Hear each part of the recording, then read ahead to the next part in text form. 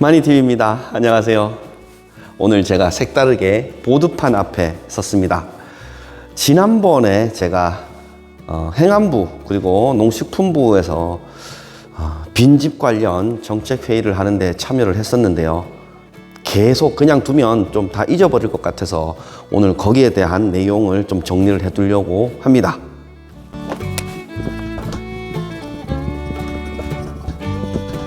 지방 소멸, 많은 분들이 인구가 노령화가 되고 출산은 적고 해서 지방이 소멸된다라는 얘기를 합니다. 각 지자체도 그렇고 행안부도 그렇고 특히나 또 농림부도 그렇고 이 심각한 문제를 어떻게 하면 좋을까라는 대책을 계속 논의를 하고 있습니다. 고맙게도 저도 회의에 참석을 해서 좀 의견을 내달라는 요청에 제가 세종청사를 2번이나 갔다 왔는데요. 거기에 대한 얘기를 해보려고 합니다. 이 뒤에 따로 붙은 대응기금 1조라는 글씨가 있죠. 지방소멸 대응기금이 1조가 매년 풀리고 있습니다. 22년도부터 해서 올해 벌써 4년 차인데요. 올해도 또 1조 원이 풀리겠죠. 지방이 소멸된다. 그럼 거기에 대한 대응을 해라 라고 매년 1조 원이 풀립니다. 이 돈들은 다 어디로 갈까요? 그리고 얼마나 효과를 볼까요? 제가 생각하는 어떤 방향은 국가 정책으로는 어떻게 좀 못할까? 이런 의구심을 늘 갖고 있는데요. 회의를 갔다 온 내용을 좀 정리를 해드리겠습니다.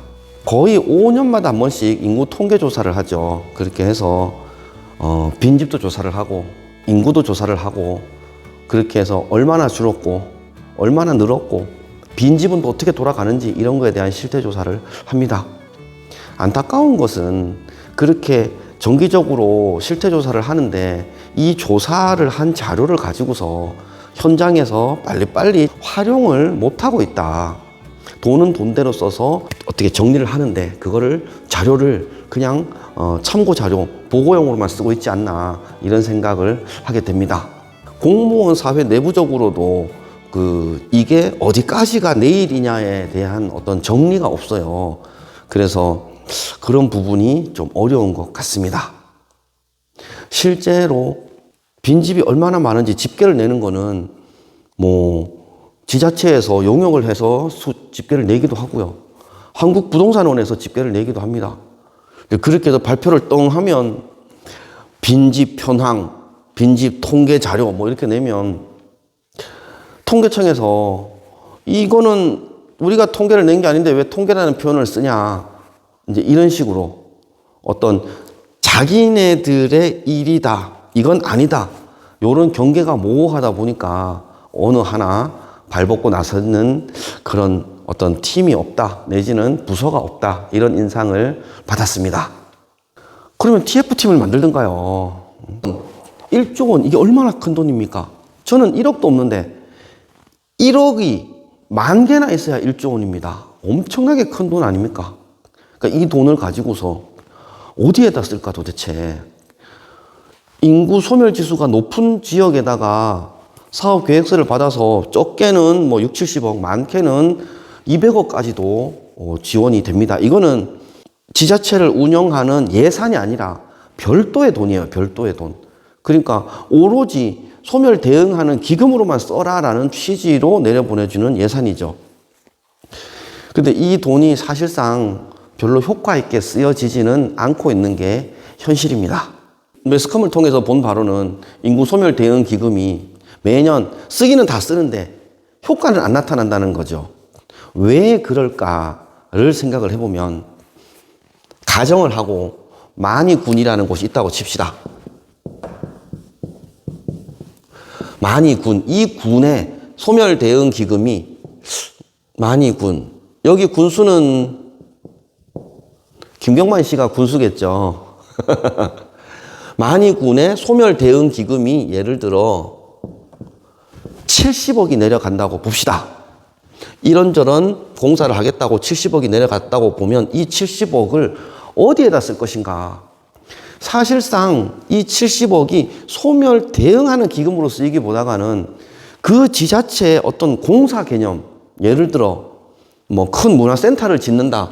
문화센터를 짓는데 100억의 예산이 들어간다고 칩시다. 그러면 이 100억의 예산 중에 얘가 먼저 들어가 버리는 거예요. 70억 쓰고 지자체 예산 30억 쓰고 이걸 먼저 써버린다는 거예요. 이런 게 허다하답니다. 그러니까 소멸 대응 기금을 70억을 다 썼어. 소지는 다 했지만 결과가 없는 거예요. 결과가. 이런 상황이 계속 빚어지고 있다. 이러니 돈은 돈대로 쓰고 효과는 없는 거죠. 실제로 문화센터를 짓는 이 100억이란 돈은 지자체 예산에서 써야 되는데 그냥 먼저 써버린다는 거죠. 이게 현실입니다. 어디가 그러냐고요? 신문을 검색하시면 여러 곳을 볼 수가 있습니다. 인구 소멸 대응 기금을 가지고서 뭐 모노레일을 깐 지자체도 있고요. 그 다음에 수산시장에 공공 화장실을 지은 데도 있고요. 그게 인구 소멸 대응하고 무슨 상관이 있을까요? 아무 상관이 없죠. 이거는 예산을 집행하는 공무원들조차도 좀 뭐라 그럴까요? 눈먼 돈 내지는 스트레스성 예산이에요. 저는 이렇게 생각을 합니다. 이 돈이 매년 그렇게 큰 돈이 풀리면서도 효과가 없는 거는 정말 필요한 곳에 쓰여지지 않기 때문이라고 생각을 합니다. 그러면 어디에 쓰면 효과가 있을까요? 저는 이렇게 생각을 합니다. 가정입니다. 가정. 자료조사. 지자체에 빈집이 얼마나 있나. 그 다음에 이 빈집에 혹여나 사람을 살게 할 수는 있지 않을까. 임대를 주지는 않을까. 이런 조사를 하는 사람을 둡니다. 그렇게 되면 이 조사를 한 자료를 가지고서 연락처는 뭐 마을의 이장님들이나 한 다리 건너면 다 압니다. 그렇게 해서 텔레마케터들을 통해서 상담을 하는 거죠. 비워두느니 세를 줍시다. 곧 무너지는데 언제까지 비워둘 거냐 해서 임대를 종용을 하는 겁니다. 거기에 발맞춰서 강제 이행금 내지는 빈집세를 도입을 해서 당근과 채찍을 적절하게 줘야 되겠죠. 현재도 그런 정책이 발표는 되어 있습니다만 어느 지자체건 현장에서 실시하는 곳은 없습니다. 이행강제금 1년에 500만 원씩 아니죠. 한 번에 500만 원씩 1년에 2번 매길 수 있다라고 엄청 매스컴에서 난리를 지긴 적이 있습니다. 그거 제대로 시행이 되고 있을까요? 저는 아직 시행이 되고 있는 곳을 본 적이 없습니다. 그래서 이 빈집들을 활용한 지금 많은 분들이 시골에 와서 살고는 싶어 합니다만 이제는 시대가 시골에 전원주택을 사서 가는 그런 시대는 지났습니다. 그러면 시골살이를 준비하시는 분들이 어떤 방향을 잡을까요? 처음부터 땅을 사고 집을 지어서 전원주택을 들어오려는 수요보다가는 내가 저기 시골 가서 사는 게 적응을 잘 할까? 어쩔까? 그렇게 2년이나 3년쯤 임대주택을 얻어서 살아보고 결정하는 것을 많이 원합니다. 그런 의미에서 빈집을 지자체가 매입을 해가지고서 수리를 싹 해갖고 살려고 하는 사람한테 일정 기간 임대를 주는 정책이 대통령 표창도 받곤 했었습니다. 하지만 이 부분은 엄청난 예산이 들어갑니다. 그래서 저는 그렇게 예산을 들여서 일정 기간 임대를 해준 뒤에는 그 사람이 그 지역에 살까? 그리고 집 주인한테는 리모델링을 한 뒤에 그 집을 다시 돌려줘야 되는데 그럼 그 뒤에는 활용 가치가 없지 않나 이런 생각을 하게 됩니다. 그래서 지방 소멸 대응을 하기 위해서는 지금 전국적으로 문제가 되고 있는 이 빈집을 활용을 하자 그런 말씀을 드리는데요. 그 한 방편으로 자료조사를 하고 TM을 한 뒤에 내가 임대를 내놓겠다 아니면은 뭐 빈집세를 계속 물린다고 하는데 군에서 어떻게 좀 알아서 해줘요 뭐 이런 어떤 얘기를 하는 집들이 나올 거란 말이죠. 그런 곳을 저 같은 사람들이 영상을 찍어서 지자체 홈페이지에 올려놓습니다. 그러면 누구든 지금 제가 살고 있는 예천군에 와서 살려고 하는 분들은 그 예천군청 홈피에 들어가서 임대빈집 현황이라든지 그런 방에 들어가서 보면 쭉 영상을 볼 수가 있는 거죠. 그 중에 선택을 해서 내가 이 집에 살고 싶다라고 한다면 그 지역에 해당 공인중개사를 통해서 계약을 하시라는 거죠. 공인중개사들은 사실상 이게 큰 돈이 안 되니까 관심이 없을 수도 있습니다. 하지만 그 지자체에 인구를 유입하기 위한 대승적인 차원에서 나름의 적정 수수료만 받고 계약서를 써주라고 하면 그래도 뭐 할 수 있는 분들이 계실 거라고 보거든요. 저는 이 사이클이 도는데 이 정도 인원은 10명 정도면 충분히 한 지자체에서 운영을 할 수 있다고 봅니다. 그러면 이 10명을 운영하는데 1년에 예산이 얼마가 들까요? 10억도 안 들 겁니다. 인건비, 그 다음에 뭐 조그마한 사무실비, 운영, 출장비 다 감안해도 저는 10억이 안 들 거라고 봅니다.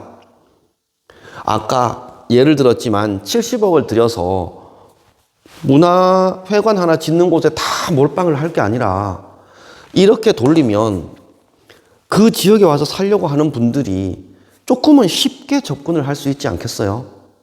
그리고 이 지자체가 앞으로도 한 6년 정도 더 운영이 될 건데 지방소멸 대응 기금이 그동안에는 고용 창출도 되는 거 아니겠습니까? 고용 창출돼, 현장에 빈집이 해결이 돼, 그리고 시골 와서 살려고 하는 분들이 와서 또 살고 정착을 해. 저는 효과가 상당히 좋다고 봅니다. 어느 지자체에서는 5천만 원을 들여서 리모델링을 싹 한 뒤에 10,000원 임대주택 이런 정책도 냅니다. 하지만 저는 그 정책이 5년 동안 예를 들어 10,000원을 내고 살던 분들이 그 기간이 지나면 그 지역에서 정착을 할까? 나는 이 부분은 좀 미지수라고 봅니다.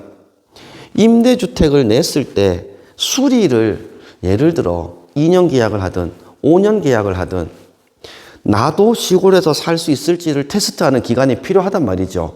도시에 살던 사람들은. 그러면 적정한 수리를 해서 내가 2년이건 5년이건 살아보고 난 뒤에 여기에 살겠다. 그러면 그 집을 매입을 하든 다른 곳에 집을 사든 또 임대를 연장을 하든 가능하지 않겠습니까? 뭐 매번 하던 얘기인데요. 또 한 번 이런 얘기를 해드려 봅니다. 사실 이런 영상이 조회수가 많이 나오지는 않아요. 하지만 또 이 정책을 만드는 분들은 나름 보시더라고요. 저는 행안부 정책회의 가가지고서 저를 알아보시고 제 영상을 보시고 거기에 대한 얘기를 해주시는데 깜짝 놀랐습니다. 이 영상도 보시리라 믿습니다. 한편으로는 제가 그 정책회의에 가서도 이 얘기를 똑같이 했어요. 그랬더니 현 시점에서는 뭐가 문제냐 하면 이 지방소멸 대응 기금이 인건비로는 쓸 수가 없다고 합니다. 내가 법을 왜 그렇게 만들었는지는 모르겠어요. 그러면 소멸 대응 기금을 인건비로는 못 쓰게 해놨으면 어디에 쓰라는 거야? 그러니까 공중 화장실 공사하고 모노레일이나 깔고 문화회관이나 짓고 이렇게 한단 말이죠. 사실 그게 현실적으로 현장에서 발로 뛰는 사람들이 많아야 효과가 극대화되는데 인건비로는 못 쓰게 해놨다니 나름의 정책 반영에 한계가 있지 않나 생각을 합니다. 물론 긍정적인 것은 이런저런 이유로 인건비에도 쓰도록 정책을 바꿔가겠다라고는 하는데 바뀌었는지 안 바뀌었는지는 모르겠습니다. 왜 인건비를 못 쓰게 했을까요?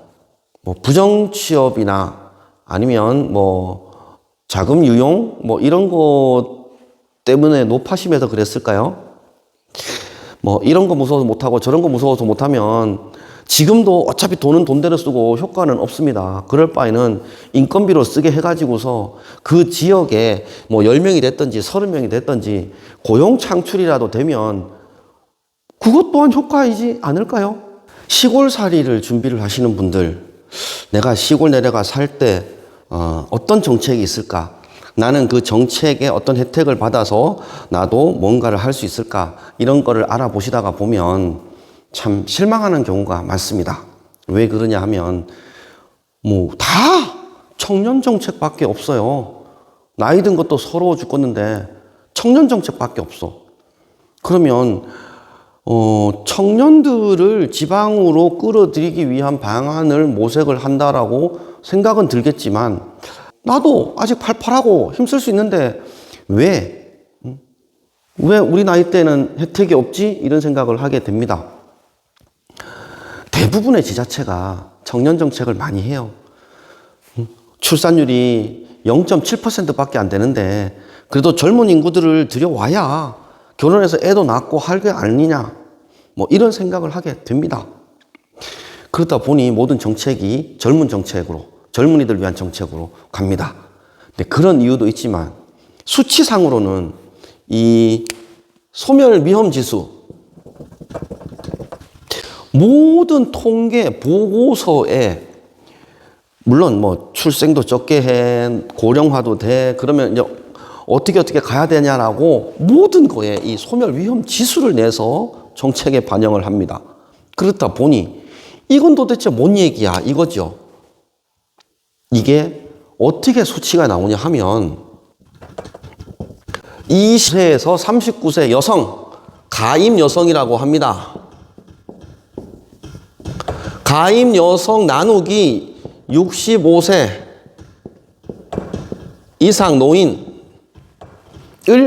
나눈 수치를 가지고서 위험 지수를 냅니다. 자, 그러면 여기에 20에서 40세의 여성들을 유치를 하려고 혈안이 되는 거죠. 우리 지역이 인구 소멸 위험 지역이야, 인구 소멸 지역이야. 여기에서 탈출을 하려면 오로지 이 20대 가임 여성들을 많이 확보를 하는 게 가장 빨리 탈출을 할 수 있는 방법입니다. 여기에 포커스를 맞추다 보니까 정책이 청년 정책으로 갈 수밖에 없는 거죠. 한편으로는 좀 슬픈 현실이긴 한데요. 제가 살고 있는 마을을 예를 들어 보면은 집이 하나, 둘, 셋, 넷, 다섯, 여섯, 일곱, 8집이 있는데요. 8집이 있는데 3집은 빈집이에요. 그나마 2집을 부셨으니까 3집이 빈집입니다. 여기에 1명 살고, 여기에 2명 살고, 여기에 1명 살고, 여기 2명 살고, 여기 1명 살아요. 전체 주민이 7명입니다. 여기에서 65세 이상이 5명이에요. 저 포함 50대가 2명이에요. 그러면 여기는 이 위험 소멸 지수를 구한다면 빵대 7이에요. 7. 여기는 그냥 바로 소멸입니다. 바로 소멸.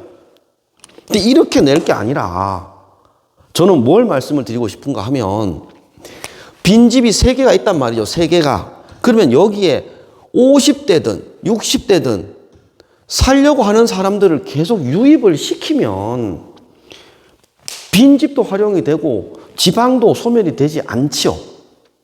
이것 또한 하나의 방법일 수가 있는데 이 소멸 위험 지수 여기에만 집중을 해서 젊은 층만 포커스를 맞춰서 정책을 하니 그게 좀 아쉽다라는 겁니다. 저는 그래서 저희 구독자들도 그렇고 우리 복만이님들이 그렇게 시골에 빈집을 찾아도 어느 곳이나 빈집은 많지만 임대를 주는 집이 없어요. 이거는 뭐 거의 전국의 공통적인 현상일 겁니다. 아까 말씀드렸듯이 이제는 전원주택에 땅을 사고 집을 지어서 사는 그런 환경을 찾는 것보다는 빈집을 임대해서 저렴한 가격에 내가 좀 수리해서 한 2, 3년 살아보기를 원하는 분들이 많습니다. 이 수요도 베이비 부모 세대의 마지막, 지금의 50대들이 저는 끝이라고 봐요. 지금의 50대들이 나중에 나이 들고 시골살이를 못할 즈음에는 정말 인구 절벽이 오지 않을까 그런 생각을 하게 됩니다. 정리를 하자면요. 매년 발생하는 지방 소멸 대응기금 1조 원 이것을 너무 큰 틀에서만 사용하지 말고요. 현실성 있는 현장에서 사용을 하도록 제도를 바꿔주시면 좋겠습니다. 그리고 분명히 빈집이라는 이 전국적인 이 어떤 사회적인 문제를 어느 정도 예산을 투입을 해서 오려는 사람하고 연결만 시켜줘도 해결이 될 수 있습니다. 전국엔 빈집이 참 많고요. 그 빈집을 찾는 사람들도 참 많습니다. 그러면 해당 지자체에서는 빈집을 사서 수리한 뒤에 오는 사람한테 연결을 할 게 아니라 빈집 주인들한테 임대를 하도록 캠페인을 해서 살려는 사람들하고 연결해서 임대를 주게 만드는 이런 정책이 가장 돈도 적게 들고 현실성 있으면서도 효과적인 정책이라고 생각을 합니다. 시골의 빈집 비워두지 말고 사람이 살게 합시다. 지금까지 귀초만이었습니다.